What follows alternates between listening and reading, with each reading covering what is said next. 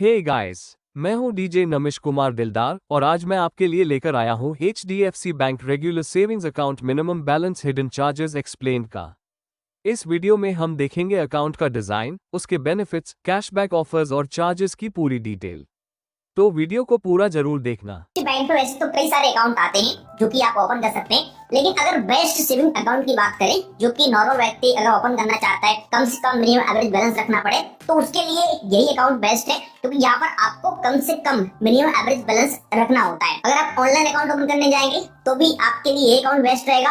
अगर offline account open करने जाते हैं ब्रांच में, तो भी ब्रांच वाले आपको यही अकाउंट ओपन करके देंगे। अब सबसे पहले हम बात करते हैं बेनिफिट की कि HDFC बैंक के रेगुलर सेविंग अकाउंट पर हमें क्या क्या बेनिफिट देखने को मिल जाते हैं। तो ये बात तो आप जानते हैं कि HDFC बैंक इंडिया का सबसे बड़ा प्राइवेट सेक्टर का बैंक है। तो यहाँ पर आपको नेटवर्क काफी अच्छा मिल जाता है इनका, यानी कि आपके आसपास आसानी से इनका ATM मशीन मिल जाएगा आपके लिए कैश विड्रॉल करने के लिए, और ब्रांच भी आपके आसपास मिल जाएगा। तो कभी काम पड़ता है तो बड़ी आसानी से यहाँ पर आपके सारे काम जाके आप कर सकते हैं। पूरे इंडिया में HDFC बैंक के 8,000 से प्लस ब्रांचेस हैं और 21,000 से प्लस ATM मशीन है, तो आप समझ सकते हैं। बाकी यहाँ पर आपके लिए DICGC का इंश्योरेंस भी मिल जाता है, यानी कल के दिन अगर HDFC बैंक में कुछ भी होता है तो RBI की तरफ से आपको 5 लाख रुपए का इंश्योरेंस मिलता है DICGC के अकॉर्डिंग। आगे बात करते हैं बेनिफिट की। तो इस अकाउंट को आप ऑनलाइन तरीके से घर बैठे बैठे ओपन कर सकते हैं, आपको कहीं पर जाने की आवश्यकता नहीं है। हाँ, आप चाहें तो ब्रांच से भी ओपन कर सकते हैं, लेकिन ये फैसिलिटी आपको मिलती है HDFC बैंक में कि आप वीडियो केवाईसी के माध्यम से घर बैठे बैठे मोबाइल फोन से अपना अकाउंट ओपन कर सकते हैं। HDFC बैंक के रेगुलर सेविंग अकाउंट पर आपके लिए 3% पर एनम से लेकर के 3.5% पर एनम तक का जो इंटरेस्ट है वो मिल जाता है आपके रखे अमाउंट पर। अगर आप यहाँ पर FD करते हैं तो आपके लिए 4.5% से लेकर के 7.5% पर एनम तक का इंटरेस्ट देखने को मिल सकता है आपके अलग अलग टाइम के हिसाब से। ये अकाउंट आपका इंस्टेंटली ओपन हो जाता है, कस्टमर ID और आपका अकाउंट नंबर आपको इंस्टेंट मिल जाएगा। तो अगर कहीं जरूरत पड़ती है अकाउंट नंबर देने की तो वहाँ पर ये काम आएगा आपके। बाकी HDFC बैंक आपका जो स्टेटमेंट है वो आपके लिए बिल्कुल फ्री ऑफ कॉस्ट हर महीने मेल पर सेंड कर देता है। इसके अलावा एक और HDFC बैंक के अकाउंट का बेनिफिट जो मुझे पर्सनली काफी पसंद आता है वो है pre approve credit card and loan offer का। अगर आप अकाउंट ओपन कर लेते हैं इस बैंक में तो बहुत जल्दी आपको आपकी इनकम के हिसाब से, जैसे आप अकाउंट को यूज करते हैं उसके ब्याज पर आपको pre approved credit card and pre approved loan के ऑफर मिल सकते हैं, जिसमें विदाउट इनकम प्रूफ के क्रेडिट कार्ड एंड लोन दिए जाते हैं। जिनके पास इनकम प्रूफ नहीं होता है उनके लिए काफी जबरदस्त बेनिफिट है। बाकी HDFC बैंक आपके डेबिट कार्ड पर भी आपके लिए EMI का ऑप्शन देता है, यानी अगर आपके पास क्रेडिट कार्ड नहीं है तो आप डेबिट कार्ड से EMI कर सकते हैं।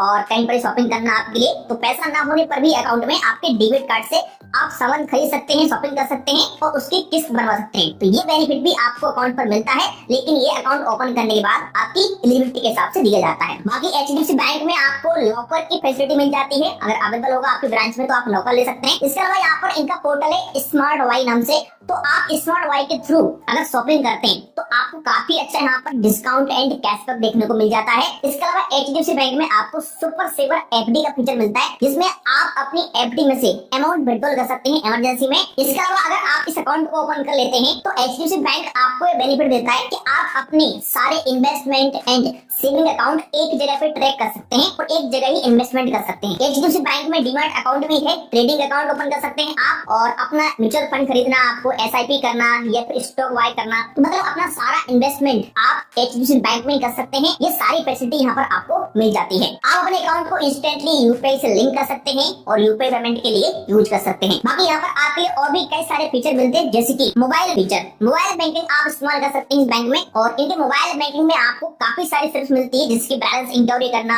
स्टेटमेंट डाउनलोड करना, डेबिट कार्ड को ब्लॉक करना, अनब्लॉक करना, और भी 250 से प्लस सर्विसेज है, तो आप वो सारी यहाँ पर ले सकते हैं। बाकी आपको अकाउंट ओपन करने के बाद नेट बैंकिंग का एक्सेस मिल जाता है, तो नेट बैंकिंग के माध्यम से भी आप अपने ढेर सारे काम घर बैठे बैठे कर पाएंगे, तो आपको बार बार ब्रांच में नहीं भागना पड़ेगा। इसके अलावा HDFC बैंक आपको WhatsApp बैंकिंग का भी फीचर देता है, जिसमें WhatsApp से आप अपने बहुत सारे काम कर सकते हैं, जैसे कि बैलेंस इंक्वायरी करना, तो आप फाइल के सेंड करेंगे, एक नंबर रहता है इनका, तो उससे आपके मतलब बहुत सारे काम घर बैठे बैठे हो जाते हैं। अगर आप HDFC बैंक में क्रेडिट कार्ड बना लेते हैं तो इनका एक अलग से पोर्टल है माई कार्ड नाम से, HDFC माई कार्ड, तो वहाँ पर अपने क्रेडिट कार्ड को मैनेज कर सकते हैं और बहुत सारे ऑफर वगैरह उसमें आप चेक कर सकते हैं। इसके अलावा एचडीएफसी बैंक का खुद का एक एप्लीकेशन है जिसका नाम पेजअप। अकाउंट ओपन करने के बाद आप पेजअप ऐप डाउनलोड कर लेना, तो आप अपने सारे बिल वगैरह पे कर सकते हैं और यूपीआई वगैरह चालू कर सकते हैं। कई सारे यहाँ पर आपको पेजअप ऐप के अंदर बेनिफिट दिए जाते हैं और खुद का उनका वॉलेट भी रहता है। बाकी आप ऑनलाइन घर बैठे बैठे आरडी कर सकते हैं, इस बैंक में एफडी कर सकते हैं, आरडी एफडी को क्लोज भी कर सकते हैं ऑनलाइन तरीके से, तो आपके सारे काम घर बैठे बैठे यहाँ पर हो जाते हैं। इसके अलावा इस बैंक में एक और बढ़िया बात यह है कि आपके सारी ब्रांचों में लगभग सारे काम हो जाते हैं। बहुत सारे बैंकों में क्या होता है कि जिस ब्रांच में अकाउंट ओपन कराएंगे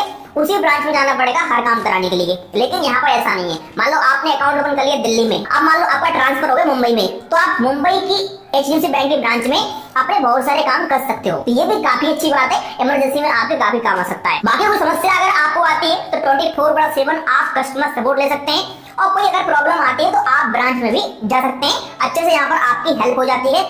प्राइवेट सेक्टर का बैंक है तो कर्मचारियों का व्यवहार वगैरह भी ठीक ठाक मिलता है। अगर बात करें डेबिट कार्ड, चेकबुक, पासबुक की, तो अगर आप ऑनलाइन अकाउंट ओपन करते हैं तो इसका जो डेबिट कार्ड रहता है वो आपके घर पर आता है वेलकम गेट में। डेबिट कार्ड और चेकबुक, पासबुक के लिए ब्रांच से कॉन्टेक्ट करना पड़ेगा और मिल जाएगा पासबुक। अगर आप ब्रांच में जाके खुद अकाउंट ओपन कराते हैं तो ब्रांच में आपको कभी कभी इंस्टेंटली आपका जो वेलकम किट मिल जाता है जिसमें एक चेकबुक और एक डेबिट कार्ड रहता है। पासबुक भी आप ब्रांच से ले सकते हैं इशू करा के। अब हम बात करते हैं एलिजिबिलिटी की, इस अकाउंट को कौन कौन से व्यक्ति ओपन कर सकते हैं। तो पहले हम बात करते हैं ऑनलाइन अकाउंट ओपन करने की एलिजिबिलिटी की। तो अगर ऑनलाइन अकाउंट ओपन करना चाहते हो तो आपकी एज 18+ होनी चाहिए, आप भारतीय नागरिक होने चाहिए और ऑनलाइन तरीके से आप ओनली सिंगल अकाउंट ओपन कर सकते हैं वीडियो केवाईसी के माध्यम से। आपके पास फिजिकल पैन कार्ड होना चाहिए, आधार कार्ड होना चाहिए और आधार कार्ड से मोबाइल नंबर लिंक होना चाहिए, तो आप अकाउंट को ओपन कर पाएंगे। अगर ऑफलाइन अकाउंट ओपन करने की बात करते हैं तो अगर आपकी एज 10 साल से प्लस है तो आप एचडीएफसी बैंक का रेगुलर सेविंग अकाउंट ओपन कर सकते हैं ब्रांच में जाकर के। आपको साथ में अपने आधार कार्ड, पैन कार्ड ले जाना पड़ेगा और ब्रांच से आप सिंगल एंड जॉइंट अकाउंट दोनों ओपन कर सकते हैं। एक बात का ध्यान रखना कि ब्रांच में जब अकाउंट ओपन कराने के लिए जा रहे हैं आप ऑफलाइन तरीके से, तो किसी अदर बैंक का चेक भी ले जाइएगा, क्योंकि ब्रांच में जो इनिशियल फंडिंग करनी पड़ती है उसमें कई बार ब्रांच वाले आपसे चेक भी मांग सकते हैं फंडिंग करने के लिए। अब हम बात करते हैं मिनिमम एवरेज बैलेंस की और इनिशियल फंडिंग की, कि अगर हमें एचडीएफसी बैंक के रेगुलर सेविंग अकाउंट को ओपन करना है तो इसमें कितना मिनिमम बैलेंस रखना पड़ेगा और कितना फंडिंग करना पड़ेगा। तो देखो यहाँ पर आपको आपके एरिया के हिसाब से मिनिमम बैलेंस रखना पड़ता है। मिनिमम एवरेज बैलेंस यहाँ पर रखना पड़ेगा आपको मंथली बेसिस पर। जैसे कि अगर आपका ब्रांच मेट्रो या फिर अर्बन एरिया में आता है तो आपको 10,000 रुपए अपने अकाउंट में मंथली एवरेज बैलेंस रखना पड़ेगा। अगर आपका ब्रांच सेमी अर्बन में लगता है तो आपको 5,000 रुपए मंथली एवरेज बैलेंस रखना पड़ेगा और रूरल यानी ग्रामीण एरिया में आपको 2,500 रुपए अपने अकाउंट में मिनिमम एवरेज बैलेंस रखना पड़ेगा। जितना यहाँ पर आपको मिनिमम एवरेज बैलेंस रखना है उतनी की ही आपको फंडिंग करना पड़ेगा अकाउंट ओपन करते समय, चाहे ऑनलाइन अकाउंट ओपन करो या फिर ऑफलाइन अकाउंट ओपन करो। अगर ऑनलाइन अकाउंट ओपन करोगे तो किसी भी यूपीआई ऐप से कहीं से फंडिंग कर सकते हैं।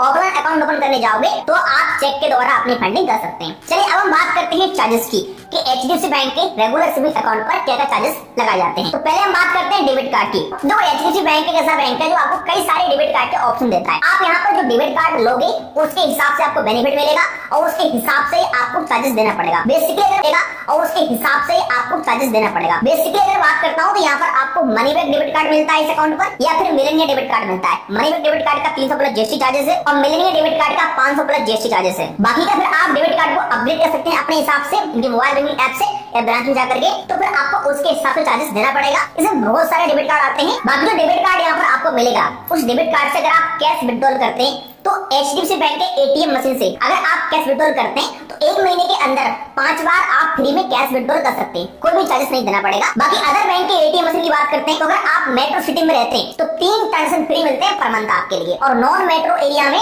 5 ट्रांजैक्शन फ्री मिलते हैं पर मंथ आपके लिए। अगर आप लिमिट क्रॉस करते हैं तो फिर आपके लिए पर ट्रांजैक्शन का 21 रुपए का चार्जेस देना पड़ेगा कैश विड्रॉल करने का और 8.5 रुपए देना पड़ेगा बैलेंस इंक्वायरी का। अगर बात करते हैं पासबुक की तो देखो यहाँ पर आपको पासबुक फ्री मिलती है, लेकिन अगर आप डुप्लीकेट पासबुक बनाते हैं तो आपके लिए 100 रुपए चार्जेस देना पड़ेगा। अगर चेकबुक की बात करते हैं तो एक चेकबुक आपको 1 साल के अंदर फ्री मिल जाती है। अगर आप डुप्लीकेट चेकबुक लेते हैं तो आपको 4 रुपए का चार्ज देना पड़ेगा पर पेज का। बाकी यहाँ पर आपको एसएमएस अलर्ट का चार्जेस भी देना पड़ता है। इसके अलावा कुछ सर्विस यहाँ पर आपको फ्री मिलती है, जैसे कि balance inquiry, balance certificate, inter certificate, TDS certificate, ये सब यहाँ पर आपको फ्री मिल जाएगा। अकाउंट अगर आपका डीएक्टिवेट हो जाता है तो उसको आप दोबारा से अनब्लॉक कराते हैं या फिर एक्टिव कराते हैं तो बैंक कोई चार्जेस नहीं लेगा, फ्री ऑफ कॉस्ट आपका अकाउंट एक्टिव कर देगा। अगर आप अपने अकाउंट में आप एड्रेस चेंज कराते हैं तो फ्री ऑफ कॉस्ट ब्रांच से आप एड्रेस चेंज कर सकते हैं। अगर बात करते हैं हम आरटीजीएस की, तो आप 2 लाख रुपए तक का आरटीजीएस ब्रांच से कर सकते हैं, फ्री ऑफ कॉस्ट, कोई चार्जेस नहीं है। 2 लाख के प्लस अगर आप पर मंथ आरटीजीएस करते हैं ब्रांच से, तो आपको 15 रुपए चार्जेस देना पड़ेगा पर ट्रांजेक्शन का। ऑनलाइन आरटीजीएस फ्री है, कोई चार्जेस नहीं है। अगर एनईएफटी की बात करते हैं,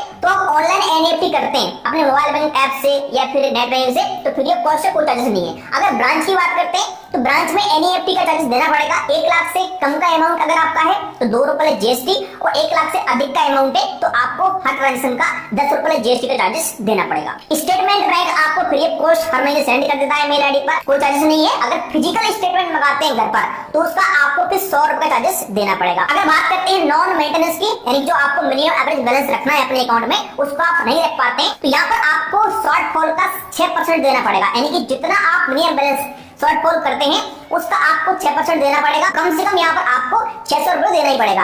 मतलब 600 रुपए से अगर कम होता है 6% के हिसाब से तो 600 रुपए लगेगा, और 600 रुपए से ऊपर होता है तो आपको 6% के हिसाब से चार्जेस देना पड़ेगा, जो भी आपका शॉर्टफॉल अमाउंट होगा। अगर बात करते हैं अकाउंट बंद करने की, अगर किसी ने अकाउंट ओपन कर लिया और उसे पसंद नहीं आ रहा है, तो अकाउंट को बंद करना चाहता है, तो आप 2 हफ्ते के अंदर अकाउंट को बंद करते हैं तो फ्री ऑफ कॉस्ट अकाउंट बंद कर सकते हैं। 15 दिन से लेकर के 1 साल के बीच में अकाउंट बंद करते हैं तो 500 रुपए चार्जेस देना पड़ेगा अकाउंट बंद करने का, और 1 साल के बाद अकाउंट बंद करते हैं तो फ्री ऑफ कॉस्ट बंद हो जाएगा, कोई चार्जेस नहीं। अब हम बात करते हैं अकाउंट ओपन करने के प्रोसेस की। अगर किसी व्यक्ति को एचडीएफसी बैंक का रेगुलर सेविंग अकाउंट ओपन करना है तो किस प्रकार से अकाउंट को ओपन कर सकते हैं। तो एचडीएफसी बैंक में अकाउंट ओपन करने के 2-3 तरीके हैं। पहला तरीका है ऑनलाइन, आप इनकी वेबसाइट पे जाकर के अकाउंट को ओपन कर सकते हैं। मैं आपको लिंक भी डाल दूंगा वीडियो के डिस्क्रिप्शन में, वहां पर जानकारी आपको फिल करनी पड़ेगी, वीडियो को ऐसे करनी पड़ेगी और आपका अकाउंट ओपन हो जाएगा। बाकी आप चाहें तो ब्रांच में जाके भी अकाउंट को ओपन कर सकते हैं, जो भी आपके नजदीकी एचडीएफसी बैंक का ब्रांच है वहां पर जाएंगे तो आप ब्रांच में जाके भी ऑफलाइन तरीके से अकाउंट को ओपन कर सकते हैं। Thanks for watching. मैं हूँ डीजे नमिश कुमार दिलदार।